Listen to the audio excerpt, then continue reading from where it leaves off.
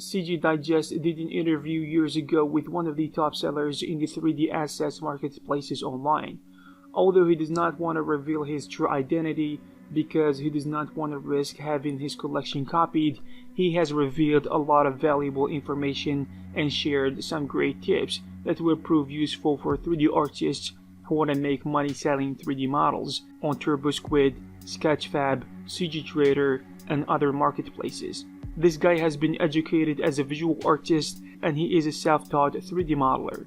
He began to learn 3D Studio Max when it was at version 3 and he started working as a professional in 2003. At the time of conducting this interview, he had more than 600 3D models in his collection and he was making about $50,000 a year. When he first started selling 3D models, they were modeled as part of his freelance projects.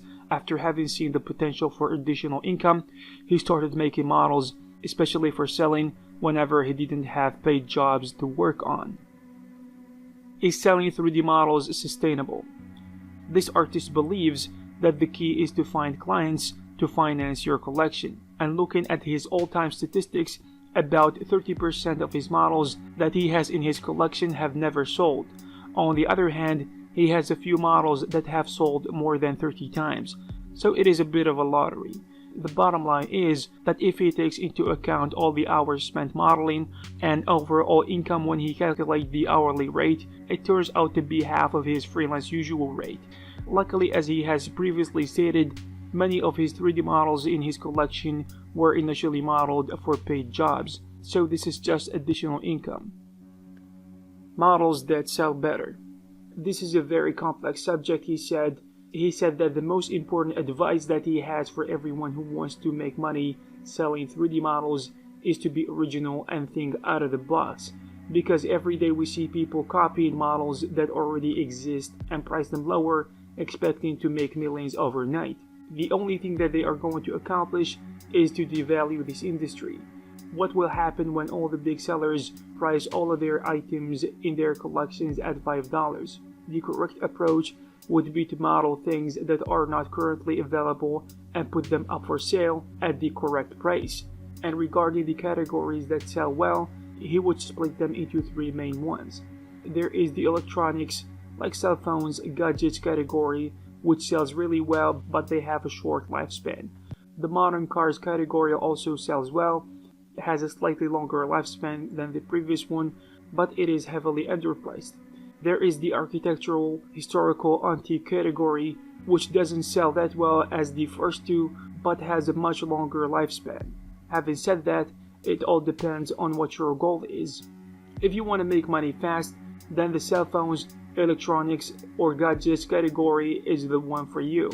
Keeping in mind that this is a very dynamic area and you always need to stay updated with all the new things that appear on the market and model them even before they hit the shelves. Advertising agencies from all over the world need these models for commercial spots, prints, and so on. The competition in this area is tight though, so don't be surprised if you see 5 new models on the same item in 1 week. Also, don't forget to take into consideration the fact that models in this category will only sell for 1 or 2 years max. Also, according to the experience of his friends, Anatomy 3D models do really well, but he has very few of them in his category, so he could not give any solid advice from his own experience. But generally speaking, the human body anatomy sell well most of the time. Specializing in one category. Also, when it comes to keeping your collection of models focused on one type or creating a diverse collection of different types of 3D models, he said that he always thinks it is not a good idea to keep all your eggs in just one basket. Having a large variety of models raises your chances of making more money. Pricing. When it comes to pricing and the factors that might be important to consider, he said that the first thing he does before publishing a new model is to check if there is already another version of the same model available for sale. If his model does not have a correspondent from another seller, then he sets the price about 70% of what he would charge for it as a freelance project. If his model has some competition, then he will compare it to the products that already exist on the market. If the level of detail the quality of the mesh or topology and texture is better, then he sets the price higher than the competition. Finally, if the quality of his model is similar to the others, then he sets a similar price and never undercut. Vendors should understand that buyers get a really great deal when buying stock models. Not only the cost is lower than what they would pay if they did it in-house, but also the fact that they get the model immediately is a huge advantage. If people continue to undercut each other in a few years, this won't be a lucrative business anymore. And this is actually the state we are in right now. A much better approach would be to concentrate on making better products and better presentation instead of setting the cheapest price. Presentation of 3D models.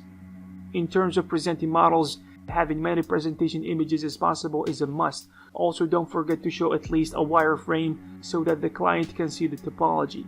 Having animation or turnables is also a plus. Last but not least, when rendering presentation images, take into consideration the image of the thumbnails that the marketplace use. Most of them show square thumbnails, and many vendors seem to forget this. If the model will only use 20% of the thumbnail space, people might not even open it. Selling in one marketplace. In terms of selling in one marketplace or selling in different marketplaces online, it depends on what type of models you are selling. There are many top sellers that have joined the guild, but on the other hand, there are several others that say they made 40 to 50% of their income on other websites, so the guild wouldn't have worked for them. I personally read this interview years ago, and I wanted to revisit it and share it with you. But the fact is, even though selling 3D models is one of the ways of making money as a 3D artist, most sellers can reach a level where they are able to make this amount of money that this guy is able to make, not even close. But I think that you have nothing to lose if you put the models that you already made up for sale, because an additional $300 or $400 can help you out with paying rent or any additional expenses that you might need. You can use it to pay software subscriptions or just upgrade hardware when necessary. Of course, if you make enough money over time. Because things are not easy as they used to be due to the fact that the number of 3D artists has exploded in the last decade. Also, more and more 3D artists are posting their work in the 3D markets, whether they are beginners or industry experts.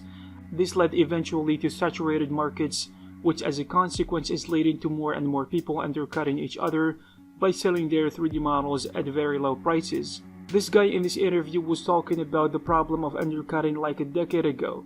Imagine what it is like in the time we are in right now. Sometimes when I look around in 3D marketplaces, I can see 3D models that can easily be sold for like $50 sold for 7 or 8, which is ridiculous. This is good for buyers and sometimes sellers in the short term, but it is going to hurt the industry as a whole in the future. Because as we can see now, many artists who are qualified to supply the markets with high quality assets are bailing out because they can't see the value in it unless they can find a good niche and create high quality assets and price them properly, showing everyone around them that they respect themselves as artists, in addition to letting buyers know that their assets are of high quality. For many artists, even the best ones, selling models alone is not ideal because on average, as I said, it is not. So often they sell the models they create on their freelance gigs, which is better than relying on freelancing alone or going full-time creating 3D models alone, which is risky and feels like a gamble because some models sell multiple times and others don't sell at all. Your best chances of making good amount of money is when you are actually one of the best sellers, whether you are working on your own or you own a studio that is supplying an industry such as the video game industry or architectural visualization with dozens of new and high quality models every month, in addition to having good marketing and selling skills. I know that this video went from being optimistic and probably giving you hope that you will make a ton of money being a professional 3D model seller, but the truth must be told, because unless you are one of these select few that I just talked about, the funny thing is, sometimes those who are killing it in selling 3D models complain that they can make more money if they invest their time, for example working in a studio or just freelancing, which is true for about 95% of the sellers. But as I said before, if you want additional income, then it is not going to hurt. I hope you found this video useful and informative. If you have something to add, please leave it in the comment section below. Also, you can check some of our previous videos. Thank you very much, and I will see you in the next one.